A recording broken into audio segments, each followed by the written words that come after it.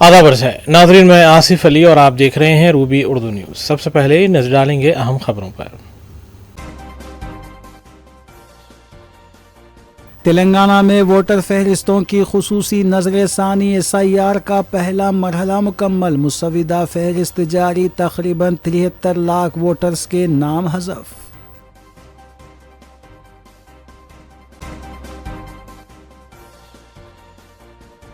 बाईस एकड़ में ज़मीनें हड़प की जा रही हैं, सिर्फ रकम वसूल करने के लिए अहकाम पर अमल। BRS और BJP का इल्ज़ाम।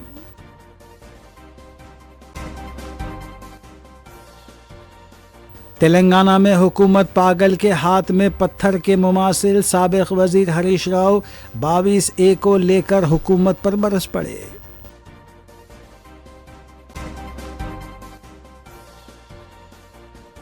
मिलावटी घी के खिलाफ हैदराबाद पुलिस से H-फास्ट का बड़े पैमाने पर क्रैकडाउन। तकरीबन 36 टन मिलावटी घी जब्त। बेकरीज, रेस्टोरेंट्स, मिठाई की दुकानों, कैटरर्स और आयुर्वेदिक शॉप्स को सरबराह किए जाने का इंकशाफ।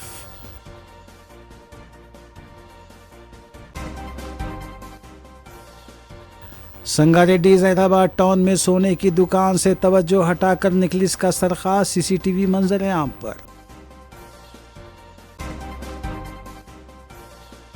ऑटो के स्पीकर में गांजे की मुंतकली नाकाम। ईगल फोर्स का धावा। 6 किलो गांजा जब्त, 5 पैडलर्स गिरफ्तार।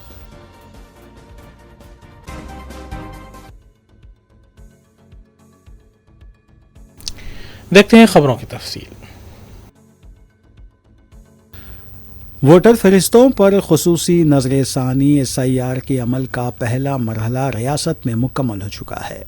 पीर को रियासत के इलेक्टोरल ऑफिसर सुदर्शन रेड्डी ने मुसविदा फहरिस्त जारी कर दी। इस फहरिस्त के मुताबिक 2 करोड़ 65 लाख राय दहिंदों के नाम मुसविदा फहरिस्त में शामिल हैं, जबकि तकरीबन 73 लाख वोटर्स के नाम हज़फ हो चुके हैं। मीडिया से बात करते हुए सुदर्शन रेड्डी ने बताया कि 15 अगस्त से 16 सितंबर तक एतराज़ात कबूल किए जाएंगे। उन्होंने कहा कि जो भी नाम नहीं आए हैं या किसी भी तरह की गलतियां हैं तो एतराज़ात जमा करवाए जा सकते हैं। हैदराबाद में तकरीबन 19 लाख वोटर्स के नाम फहरिस्त से हज़फ हुए हैं। शहर के असम्बली हल्कियात में सबसे ज़्यादा तकरीबन 1,47,770 वोट्स हल्के मलकपेट से हज़फ हुए हैं, जबकि मुशीराबाद से 1,40,070 वोट हज़फ हुए हैं। सबसे कम वोट 54,174 चारमीनार में हज़फ हुए हैं। बहादुरपुर में भी दूसरे हल्केजात के मुकाबले कम वोट हज़फ किए गए हैं। मलकपेट में 3,30,151 वोटर्स थे, लेकिन 1,82,392 डिजिटलाइज्ड हुए हैं। आवाम से अपने एतराज़ात जमा करने की अपील की गई है।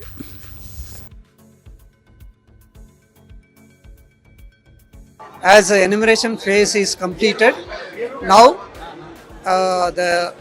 as after the enumeration phase, 2 crore 65 lakhs people are in the electoral roll, and the notice period will start from today. The notices will be issued to persons whose names are in the anomaly list.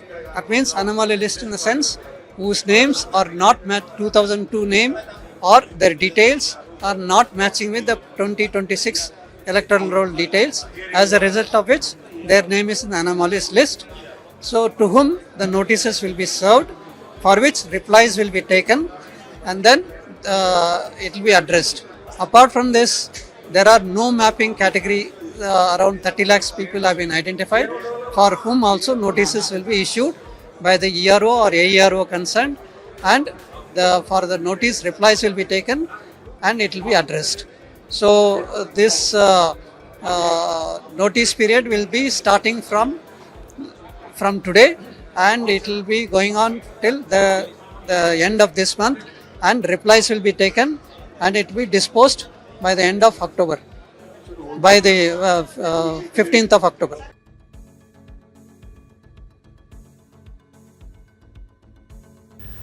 रियासत के नायब वज़ीर आला भट्टी विक्रमार्का ने मंगल Guwahati takes में 2 रोज़ा India energy summit expo 2026 का इफ्तिताह अंजाम दिया। इस मौके पर नायब वज़ीर आला ने कहा कि तेलंगाना सरमायाकारों के लिए एक महफूज और साजगार मुकाम है।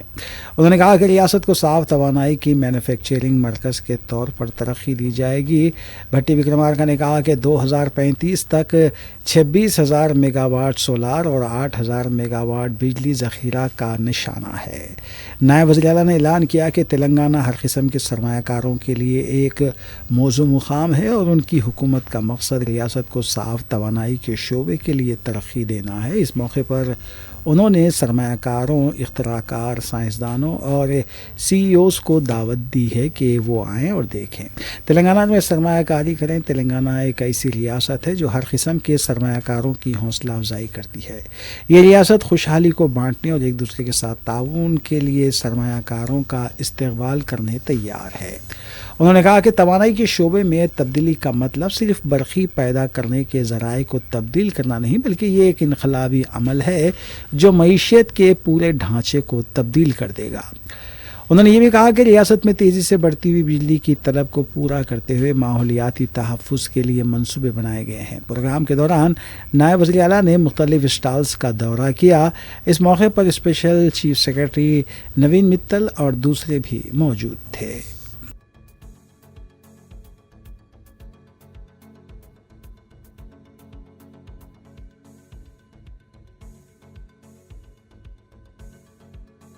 BRS पार्टी के लीडर और साबिक़ वज़ीर हरीश राव ने कहा है कि तेलंगाना की हुकूमत पागल के हाथ में पत्थर जैसी हो गई है। हरीश राव ने कहा कि समझ में नहीं आता कि वज़ीर आज़म कब तोगलाखाना फ़ैसला लेंगे और कब गलत अहकाम जारी करेंगे। हुकूमत को आवाम के लिए काम करना चाहिए, लेकिन ये हुकूमत आवाम को मुश्किलात में डाल रही है। कांग्रेस हुकूमत ने 2008 में ULC को ख़त्म कर दिया था। उसके बाद तमाम ज़मीनें पट्टे की ज़मीनें बन गई थी। उन्होंने कहा कि अब 22A के ज़रिए भी आवाम को मुश्किलात से दो चार किया जा रहा है। जो लोग 60 साल से एक घर में मुक़ीम थे उसे भी 22A की फहरिस्त में डाल दिया गया है। इससे आवाम को नुकसान उठाना पड़ेगा। ये फ़ैसला सिर्फ आवाम के लिए नुकसानदा है। నుంచి ఆ కాలనీలో ఆ ఇళ్లలో మేము నివసిస్తున్నాము। ఆ డిఫెన్స్ కాలనీలో ఈ రోజు ఇల్లు అమ్ముకోవడానికి పోతే మీది నిషేధిత జాబితాలో పెట్టినరు అంటే మేము ఎక్కడికి పోవాలి అంటున్నాడు కార్తీక్। ఇది ఒక కార్తీక్ సమస్య కాదు, హైదరాబాద్ లోని లక్షలాది కుటుంబాల సమస్య। రాత్రికి రాత్రి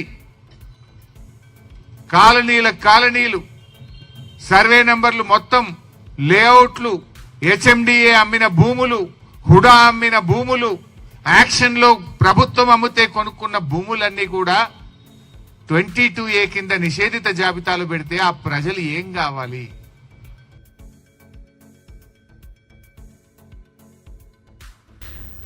BRS पार्टी की लीडर के कविता ने ऐलान किया है कि अगर उनकी पार्टी इख्तियार में आती है तो भूलक्ष्मी स्कीम का आगाज़ किया जाएगा। पार्टी के दफ्तर में मीडिया से बात करते हुए कविता ने कहा कि भूलक्ष्मी स्कीम के तहत बग़ैर ज़मीन के रहने वाले हर गरीब ख़ानदान को 1 एकड़ अराज़ी फराहम की जाएगी।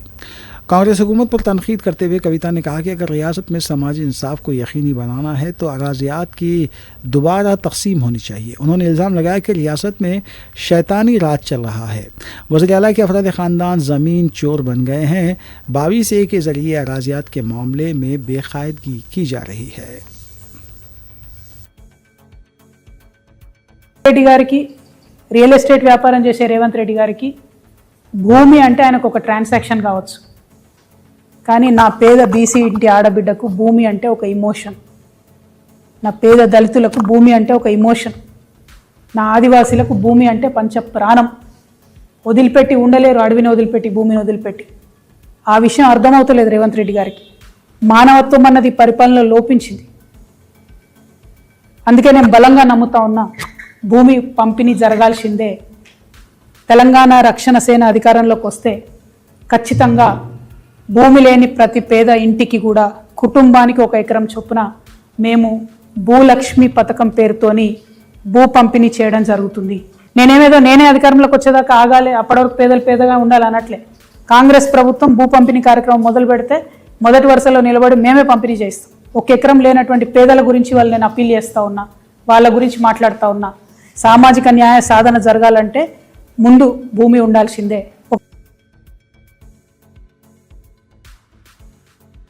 बीआरएस पार्टी के senior leader RS Praveen Kumar ने 22A से मुताल्लिक़ हुकूमत की तरफ से आवाम के लिए जारी किए गए टोल फ्री नंबर को टोल फी नंबर करार दिया है। मीडिया से बात करते हुए प्रवीण कुमार ने कहा कि इस तरह शाहराहों पर टोल फीस वसूल की जाती है। इस तरह हुकूमत ने जो टोल फ्री नंबर जारी किया है उस नंबर पर कॉल करने से मुआहदा किया जाता है और जायदादों को 22A से हटाने के लिए 3% अदा करने पड़ेंगे। प्रवीण कुमार ने इल्ज़ाम लगाया कि रियासती वजीर पी श्रीनिवास रेड्डी, जिन्होंने 22A के सामने सिलसिले में ये सारा मामला शुरू किया है, सिर्फ पैसे कमाने के लिए शुरू किया गया है। उन्होंने कहा कि रियासत में इंदिरम्मा मकानात को भी 22A में लाया गया है। रियासती वजीर पी श्रीनिवास रेड्डी के हुक्म पर ही कलेक्टर्स और रेवेन्यू अहदेदारों ने कई जायदादों को ममनुआ फहरिस्त में डाल दिया है।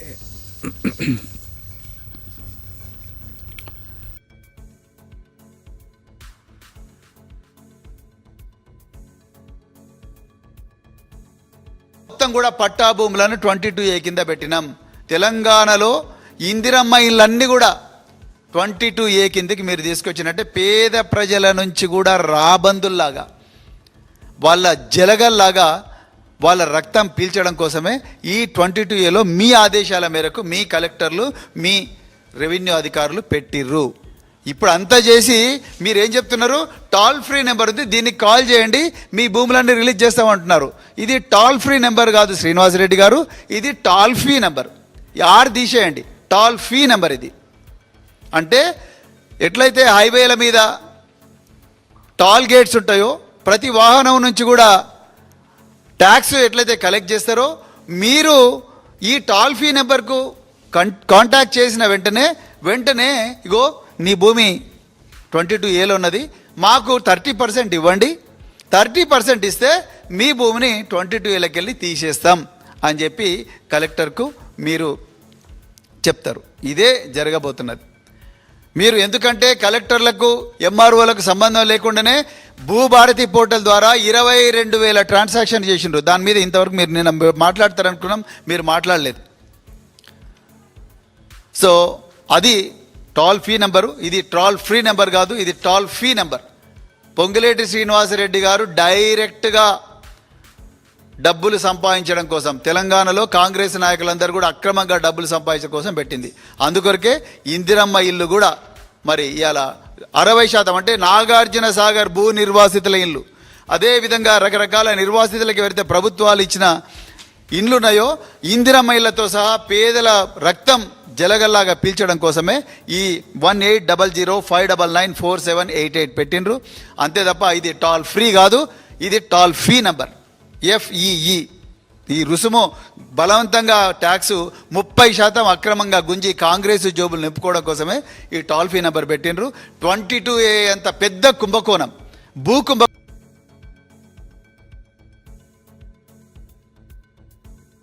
बीजेपी के एमपी ई राजेंद्र ने भी 22A को लेकर कांग्रेस हुकूमत को तनकीद का निशाना बनाया। मीडिया से बात करते हुए ई राजेंद्र ने कहा कि केसीआर ने पहले 22A को मुतारफ़ किया था, लेकिन रेवंत रेड्डी इससे कहीं आगे हैं। ऐसा लगता है कि ज़मीनात के मामले में रेवंत रेड्डी ने डॉक्टरेट की है। ई राजेंद्र ने कहा कि रेवंत रेड्डी केसीआर से 10 कदम आगे जा रहे हैं। बुडिंगपट म्यूनिसपैलिटी में किसान 22A की वजह से रो रहे हैं। दुंडीगल में सर्वे नंबर 452 और 453 के तहत अराजियात पर कब्जा करने की कोशिश की जा रही है। भीमरामपेट में 80 साल से काश्त करने वाले किसानों से ज़मीन छीनने की कोशिश की जा रही है। असीज़नगर में गरीबों को दी गई पट्टा ज़मीनें छीनी जा रही हैं।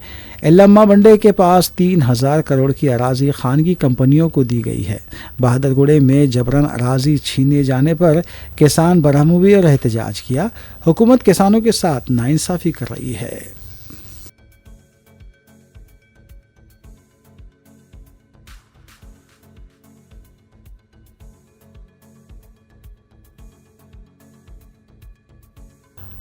पॉलिटेक्निक तलबा ने शक्ति स्कीम को मनसूख करने का मुतालबा करते हुए आज भी रियासत के मुख्तलिफ मुकामात पर एहतजाज किया है। पटनचेरू में बड़ी तादाद में तलबा ने एहतजाज में शिरकत की।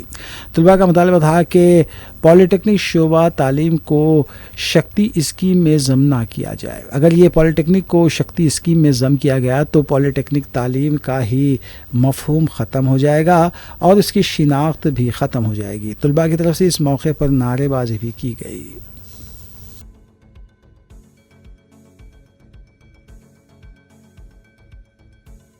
ఓన్లీ అలానే ఉంచాలి, దేనిలో కూడా కలపకుండా ఉండాలని కోరుకుంటున్నాం.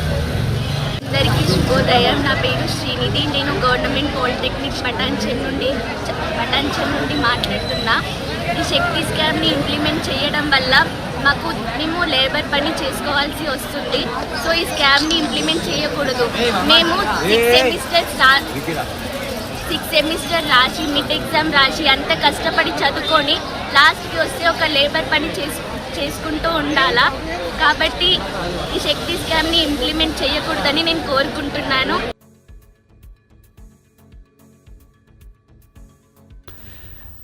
हैदराबाद पुलिस की एच-फास्ट टीम ने मिलावटी अशिया ग़िज़ाई अशिया के ख़िलाफ़ अपने क्रैकडाउन को जारी रखा है। कमिश्नर पुलिस वीसी सजनार ने प्रेस कॉन्फ्रेंस के दौरान बताया कि बाज़ार में असली घी के नाम पर मिलावटी घी फ़रोख्त किया जा रहा था, जिसकी तैयारी में मोहल्लिक केमिकल भी इस्तेमाल किए जा रहे थे जो इंसानी सेहत के लिए मुज़िर है। उन्होंने बताया कि घी के अलावा क्रीम 8.7 टन, मसनवी घी की खुशबू वाले फ्लेवर्स के 6 बोतल्स, रवा भी भारी मकदार में ज़ब्त किया गया। कमिश्नर पुलिस ने बताया कि इसे असली घी कहा भी नहीं जा सकता क्योंकि इस घी को वनस्पति डालडा घी की खुशबू वाले फ्लेवर्स दूध के कलर्स के साथ मिलाकर तैयार किया जा रहा है। इस घी में दूध का कोई इस्तेमाल नहीं था। इस घी पर कोई लेबल नहीं लगाया गया था और ना ही इस्तेमाल की कोई मुद्दत तहरीर की गई थी। कमिश्नर पुलिस ने बताया कि तकरीबन 130 कारखानों और इदारों पर धावे किए गए। इन इदारों में 39 घी तैयार करने वाले यूनिट्स और 91 घी फ़रोख्त करने वाली दुकानें और स्टोर्स शामिल हैं। इन धावों के दौरान इस कदर बड़ी तादाद में मिलावटी अशिया ज़ब्त की गई हैं। कमिश्नर पुलिस ने यह बताया कि प्रीमियम घी, फार्म फ्रेश घी, नेचुरल घी के नाम पर इसे फ़रोख्त किया जा रहा था। उन्होंने कहा कि इस घी में 10-40% मिलावटी अशिया को इस्तेमाल किया जा रहा था और ये घी ज़्यादातर रेस्टोरेंट्स, टिफ़िन सेंटर्स, मिठाई की दुकानों, bakeries, बावर्चियों, hotels, restaurants, Ayurvedic shops का सरबराह किया जा रहा था। कमिश्नर पुलिस ने आवाम को मशवरा दिया है कि रोज़मर्रा के इस्तेमाल की अशिया की ख़रीदारी के दौरान मुहतात रहें। असली घी और असली ग़िज़ाई अशिया के नाम पर आवाम को धोखा दिया जा रहा है।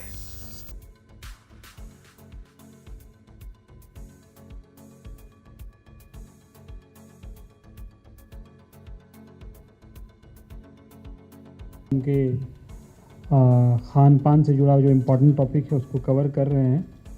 अभी जैसे वैभव साहब ने आपको बताया, सीपी साहब ने भी ब्रीफ किया कि हमारे एच-फास्ट टीम ने जो हम 5-6 महीने से जो हम लोग रेड्स कर रहे हैं, बहुत जो इंफॉर्मेशन पब्लिक से और डिफेंस सोर्सों से आ रही है, उसके मद्देनज़र जो एच-फास्ट टीम्स काम कर रही है उसी के मद्देनज़र ये ऑपरेशन किया गया है, जो कि हमारे सीपी साहब के डायरेक्ट इंस्ट्रक्शंस पे और डीसीपी टास्क फोर्स वैभव साहब और उनके पूरी टीम की तरफ से पूरा एक घी मिल्क प्रोडक्ट से रिलेटेड पूरे रेड्स किए गए। इस रेड्स में 130 इस्टेब्लिशमेंट को चेक किया गया और जिस पे इंफॉर्मेशंस पब्लिक की तरफ से मिल रही थी उसमें 39 घी मैन्युफैक्चरिंग यूनिट्स थे और 91 बेचने के आउटलेट्स थे। उन सब में जहाँ पे कंप्लेंट्स थे वहाँ पे रेड किया गया और रेड करने के बाद जो है जब टेस्ट किया गया, इनको लैब्स में टेस्ट किया गया, तो टेस्ट का रिपोर्ट्स आपके सामने पैरामीटर्स के साथ साइंटिफिक तरीके से वो टेस्ट का रिपोर्ट रखा गया है, जो कि आम पब्लिक के लिए बहुत मुश्किल है करना। इसमें जो है सबसे इम्पॉर्टेंट ये है कि 2 तरह का जो मिलावट हो रहा है घी में और मिल्क प्रोडक्ट में।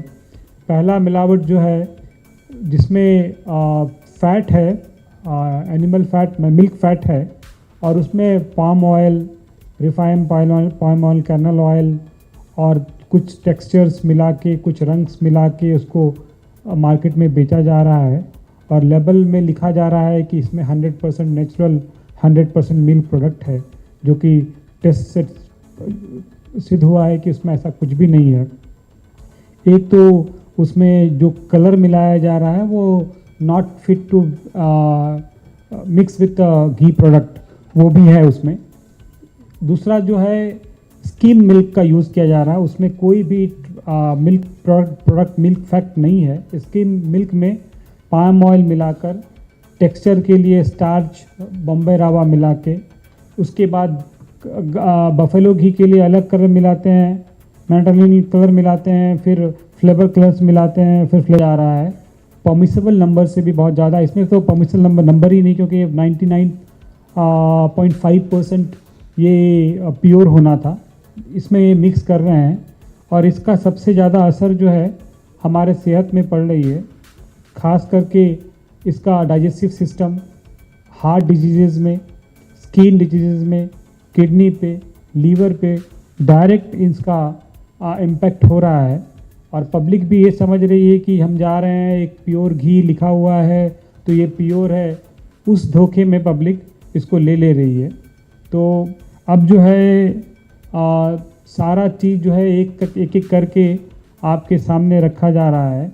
मेन मकसद यही है कि वैसे लोगों को पकड़ना जो इस तरह का काम कर रहे हैं। They are not going to be out of our reach. Definitely our police people are working on that. We are getting a continuous information. ये सारा इन्फॉर्मेशन पब्लिक की तरफ से ही आया है जिस पे काम हुआ है। दूसरा ये है कि हमारा सिर्फ पैसे दे के सामान खरीदना नहीं है, हमको भी रिस्पॉन्सिबल होना है। बिकॉज जैसा अभी डीसीपी साहब भी बोल रहे थे कि इसमें ना कोई लेबल है, कोई एक्सपायरी डेट नहीं है, कोई मैन्युफैक्चरिंग डेट नहीं है, कुछ भी नहीं है। किसके तरफ से लिया गया, कौन दिया, कुछ भी कहीं पे भी मेंशन नहीं है। तो जब भी आप अपना पैसा पे कर रहे हैं, इट इज़ योर राइट। बोलते नहीं जागो ग्राहक जागो, जागेंगे तभी सेहत पाएंगे। अगर आपको सेहत देखना है तो आपको जागना होगा। आपको अच्छे चीज़ों के लिए टाइम स्पेंड करके अच्छी जगह से लीजिए। एक बार अगर आप अच्छी चीज़ मांगना स्टार्ट करेंगे, definitely all people will follow on line.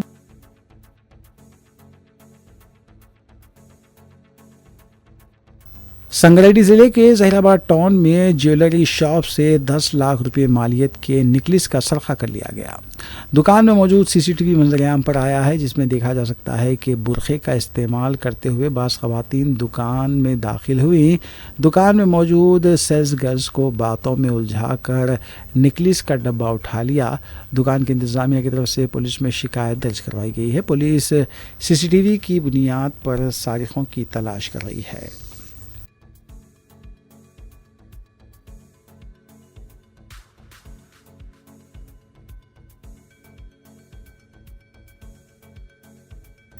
शहर हैदराबाद में रात के औकात में गैर ज़रूरी घूमने के ख़िलाफ़ पुलिस का चबूतरा मिशन जारी है। गुज़िश्ता 48 घंटों के दौरान शहर के मुख्तलिफ़ मकामात पर पुलिस ने रात के औकात में गैर ज़रूरी घूमने वालों के ख़िलाफ़ क्रैकडाउन किया है। पीर की रात एसीपी मीर चौक श्याम सुंदर और एसएचओ मादानापेट चंद्रशेखर की निगरानी में मादानापेट पुलिस स्टेशन हदूद में चबूतरा मिशन अंजाम दिया गया। गैर ज़रूरी घूमने वाले नौजवानों की काउंसलिंग की गई। उन्हें ताकीद की गई कि अगर दोबारा से इस तरह घूमते फिरते पाए जाएंगे तो उनके खिलाफ कार्रवाई की जाएगी।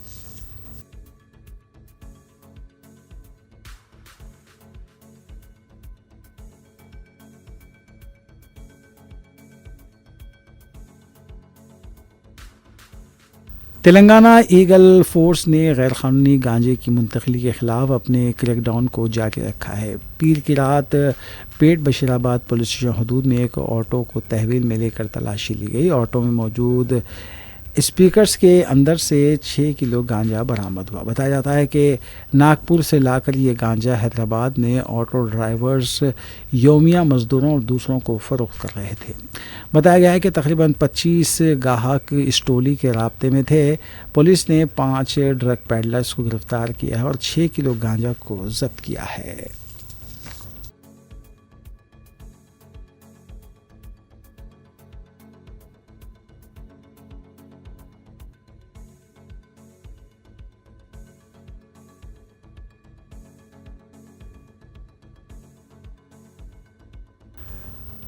सदर मजलिस व रुकन पार्लिमान हैदराबाद बैरिस्टर असदुद्दीन ओवैसी की हिदायत पर हल्के असम्बली बहादुरपुरे के रुकन असम्बली मोहम्मद मुबीन ने जीएचएमसी के कमिश्नर आर.वी. कर्नल IAS के साथ एक अहम और तफसीली जायज़ा मीटिंग की। इस मीटिंग के दौरान रुकन असम्बली मोहम्मद मुबीन ने कमिश्नर को एक तफसीली यादाश्त भी पेश की, जिसमें हल्का असम्बली बहादुरपुरे के तमाम डिवीजन्स और गुंजान आबादी वाले इलाक़ों में दरपेश देरीना शहरी मसाइल और ज़रूरी तरक्याती कामों पर फौरी तवज्जो देने और कार्रवाई का मुतालबा किया गया। यादाश्त में बुनियादी तौर पर CC रोड्स की तामीर, सड़कों की मरम्मत, ड्रेनेज और सीवरेज के निज़ाम में सुधार, स्टॉर्म वाटर ड्रेन, सफाई सुथराई, कचरे की बाकायदा मुंतकली और नाजायज़ कब्ज़े की बर्खास्त जैसे अहम उमूर शामिल थे। रुकन असम्बली मोहम्मद मुबीन ने ज़ोर देकर कहा कि आवाम को दरपेश मुश्किलात के इजाले के लिए तमाम कामों के मियारी और मुक़र्ररा वक्त के अंदर तकमील इंतहाई ज़रूरी है। उन्होंने कमिश्नर से दरख्वास्त की कि वो मुताल्लिक़ा अफसरान को फौरी अहकामात जारी करें ताकि इन तजावीज़ पर तरजीही बुनियादों पर काम शुरू हो सके। इस मौके पर उन्होंने जारी तरक्याती कामों की बाकायदगी से फील्ड इंस्पेक्शन और निगरानी पर भी जोर दिया ताकि आवाम को बेहतर शहरी सहूलियात की फरहमी मुमकिन बनाई जा सके। मजलिस इत्तेहाद मुस्लिमीन की क़यादत में हल्के बहादुरपुरे की हमागीर तरक्की के लिए ये कोशिशें मुसलसल जारी हैं।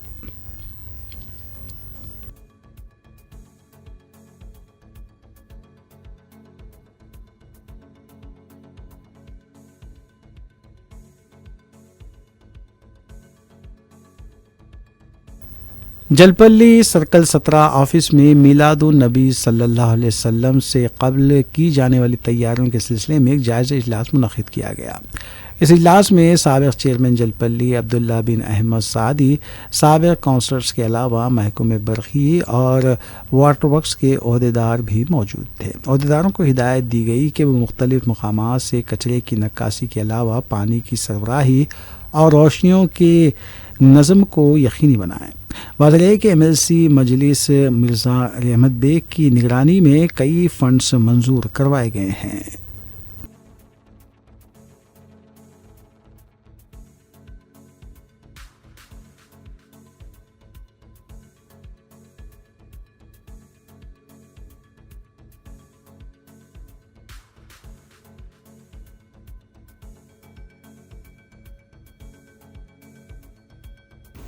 रात बिजनेस की दीगर खबरों पर मोहम्मद अख्तर के साथ एक सरसरी नज़र डालेंगे।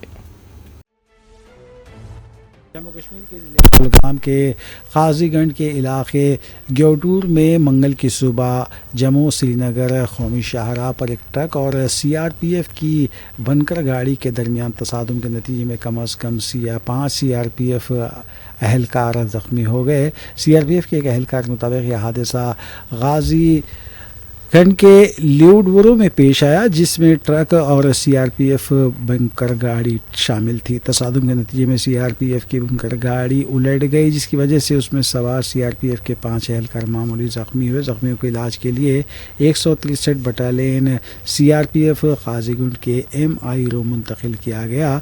ज़ख्मी एहलकारों की शिनाख्त inspector Rajkumar Tiwari, ASI GD Rajendra Singh, ASI GD लेवेंडे, ASI GD अमीश कुमार और हेड कांस्टेबल ड्राइवर वरिंदर के तौर पर की गई है।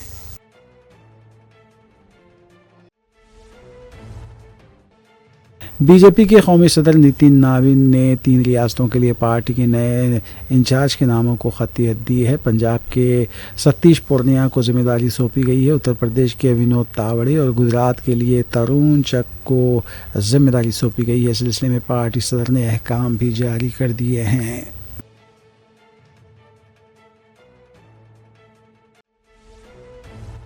उत्तर प्रदेश गोंडा ज़िले के खानगी स्कूल में 5 अगस्त के जश्न के दौरान बुर्का पहनकर रक़्स का वीडियो वायरल होने के बाद मुसलसल तनक़ीदें हो रही थी। बताया गया है कि मुकामी महकमे तालीम की तरफ से स्कूल को मुसल्लिमा ना होने पर मोहरबंद कर दिया गया है। इससे पहले भोजपुरी गाने पर रक़्स का वीडियो वायरल हुआ था और मुख्तलिफ गोशों की तरफ से इसे तनक़ीद का निशाना बनाया जा रहा था। मुकामी महकमे तालीम ने इस मामले की तहक़ीक़ात की और स्कूल को मोहरबंद कर दिया गया।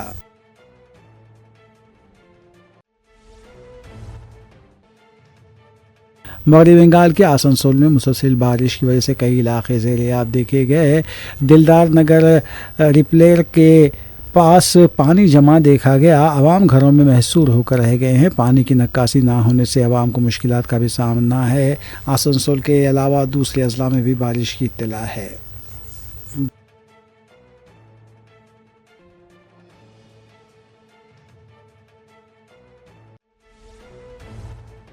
कोलकाता के जोराबगान में शदीद बारिश की वजह से मकान मुनद्दिम हुआ है। इस वाक़े में 1 हलाक और 19 ज़ख्मी हुए हैं। बचाव और राहतकारी की टीमों को भी मलबे की तलाश करते हुए देखा गया। बाज़ अफराद के मलबे में फंसे रहने की इत्तला है। मध्य प्रदेश के ज़िले भिंड में एक दर्दनाक सड़क हादसा पेश आया। नेशनल हाईवे 719 पर मजदूरों से भरी लोडिंग गाड़ी ट्रक से टकरा गई। टक्कर इस कदर शदीद थी कि लोडिंग गाड़ी के परखच्चे उड़ गए और 8 मजदूरों की मौत हो गई, जबकि 22 अफराद ज़ख्मी हुए हैं। ज़ख्मियों में कुछ अफराद की हालत इंतहाई नाजुक बताई जा रही है। दर्दनाक हादसा भंडर के गोहे चौराहा ता इलाके में देर रात तकरीबन 12 बजे पेश आया। छमका गांव के करीब नेशनल हाईवे 719 पर एक लोडिंग गाड़ी और ट्रक के दरमियान आमने सामने से टक्कर हो गई। बताया जा रहा है कि लोडिंग गाड़ी में उत्तर प्रदेश के लखीमपुर खेरी ज़िले के भचवगान और दीगर करीबी गांव के मजदूर सवार थे। ये तमाम ग्वालियर ज़िले के डबरा के करीब चुनूर गांव में धान की रुपाई करने के बाद घर वापस लौट रहे थे। इस दौरान छमका गांव के करीब सड़क पर बैठे मवेशियों को बचाने के लिए कोशिश में लोडिंग गाड़ी के सामने से आ रहे तेज रफ्तार ट्रक से टक्कर हो गई।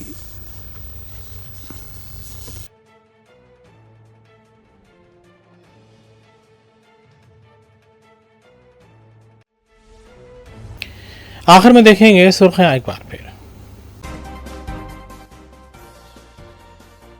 तेलंगाना में वोटर फहरिस्तों की खुसूसी नज़र-ए-सानी SIR का पहला मरहला मुकम्मल। मुसविदा फहरिस्त जारी। तकरीबन 73 लाख वोटर्स के नाम हज़फ।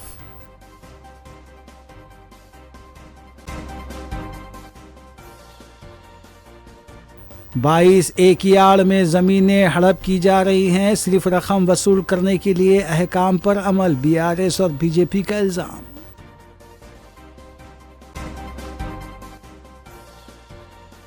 तेलंगाना में हुकूमत पागल के हाथ में पत्थर के मुमासिल। साबिक वजीर हरीश राव 22A को लेकर हुकूमत पर बरस पड़े।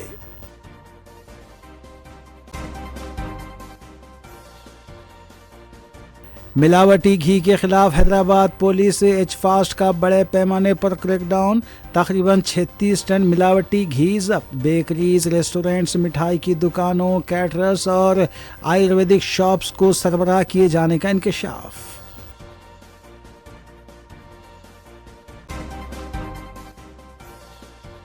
संगारेड्डी हैदराबाद टाउन में सोने की दुकान से तवज्जो हटाकर निकलिस का सरखा। CCTV मंजर आम पर। ऑटो के स्पीकर में गांजे की मुंतकली नाकाम। ईगल फोर्स का धावा। 6 किलो गांजा जब्त। 5 पैडलर्स गिरफ्तार।